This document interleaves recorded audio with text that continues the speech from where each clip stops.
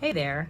So now that we're going through this very different transitional time period, we have to think to ourselves, in 20 years, when we look back on this, how are we going to reflect?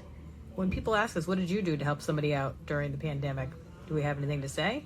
I'd like to show you something, a gentleman that I have come to know who would like to remain anonymous. He is a CISO, a Chief Information Security Officer, and he's been volunteering his time with a lot of things. As you can see, he is making meals for people.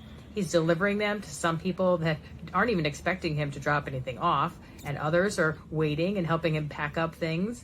He has been helping at the hospitals as well, and since the beginning of this crisis, he has over 1,400 service hours. Yes, 1,400 service hours. Do you have any service hours? I have to be honest, I have asked myself this, and I've done things for my businesses, but have I done anything for other people? Not necessarily, outside of my family. So I'm taking this time to reflect and say, you know what, I'm going to go do some stuff. Maybe if it's just a little something.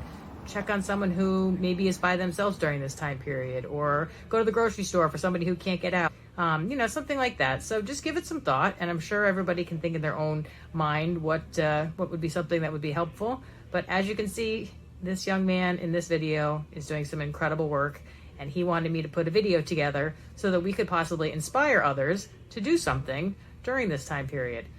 So keep that in mind and just think about that. In 20 years, when we look back and somebody says, what did you do to help anybody? You're going to want to have an answer. I know I'm going to want to have an answer.